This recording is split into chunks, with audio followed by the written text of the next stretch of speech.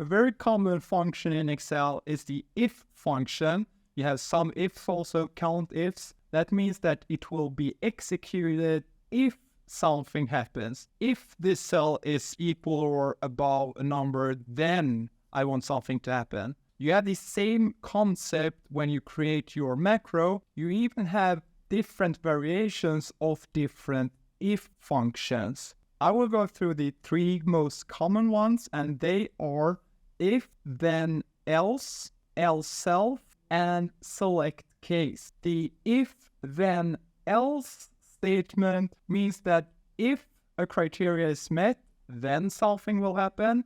Otherwise, else, something else will happen.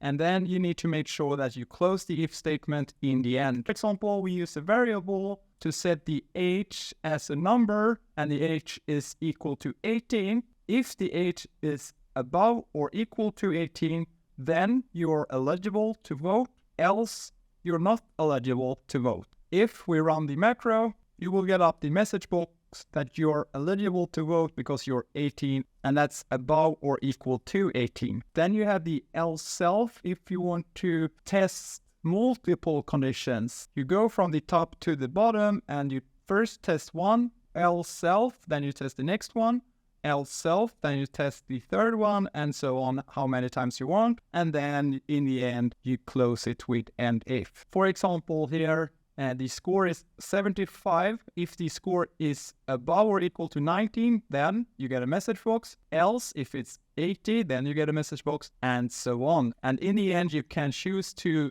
use just an else or another ElseIf, and then in the end, just close it with end if. The third one is perhaps not that common, but that's select case, and that's used when you want to test a single expression against multiple possible outcomes. Of course, you can do the same with multiple ElseIf statements, but with select case, it's easier to understand the code. Here you say that the day of week is equal to Monday, and then you select case, and when the case is equal to what you write next, then the code below will be executed, and then you end select in the end instead of end if. And that's how you evaluate different statements within the VBA code and execute the code if something is true or something's not true.